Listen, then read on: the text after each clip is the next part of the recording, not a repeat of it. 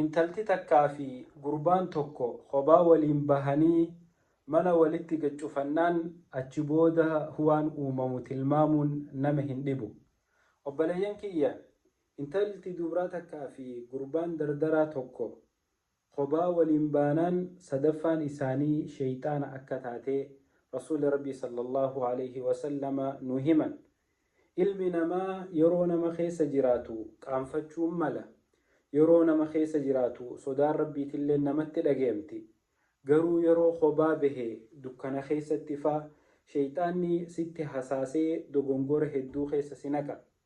Maalayyaasii kophaa jiru akkana ka shayxaanni si godhu gaafa atii dardaraa intala dubraa fudhattee kophaa baate mana gaccufattee ifaaf irraa dhaamsite achi booda gaa musiibaan meeqa akka uumamtu tilmaamuun nama hin dhibdu. Arrabbiin sodaadha lakki intala wajjumaaniin haasa'uu deema humaan balleessitu jettee mana ol naqattee hulaa itti cufattus shayxaanni haasawa keessan waan biraatitti jijjiiruunsaa hafa hin qabu. Tanaaf obboleeyyan kiyya, intalti dubraatii fi gurbaan dardaraa kophaa waliin bahanii mana walitti gaccufachuun musiibaa gurguddoo hanga feetellee fadhinnaa dhabdu gaafa ati kophaa waliin baate shayxaanni sitti hasaasee karaarraa si meeysa.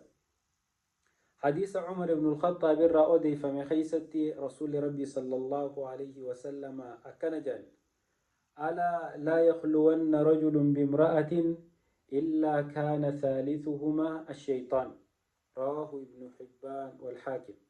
وبلينكي حديث عمر بن الخطاب الرأودي فمخيستي ربي الرهاجالة رسول ربي صلى الله عليه وسلم أكنجان ألا لا يخلون رجل بامرأة دقيا dhiirti takka intala dubraa takka fuudhee kophaa hin bahuunii je shayxaanni sadaffaa isaanii ta'u malee. Isaan lamaani gaafa ati wal fudhattee kophaa baate sadaffaan keessan shayxaana wanni badiirraa si qabaa hin jirtu. Shayxaanni sitti hasaasa, nafsiyyaan sitti hasaasti, dogongora hin taane keessa sineyti hanga dandeeysanitti kophaa waliin bahuurra. Intala dubraa takka gizee jaalatte yoo laallachuu feete kophaan bahiin bakka mahramni sii jiru takkaan obboleettii isii biratti takkaan ummaa isii biratti akkuma shuufa sharciyyaa jaansanitti laallachuutu wayya. Wallallaallaan wal momokkorraan halaaka biraa keessa nama neyti. Rabbi subhaanahu wa ta'aalaa haraam irraa nu haa qabu, shayxaanallee rabbi nurraa haa qabu. Dardaraa fi shamarran keenya karaa halaaliin rabbi walitti haa fidu. خلا حلالين رب سبحانه وتعالى قلتها جارسسو. والسلام عليكم.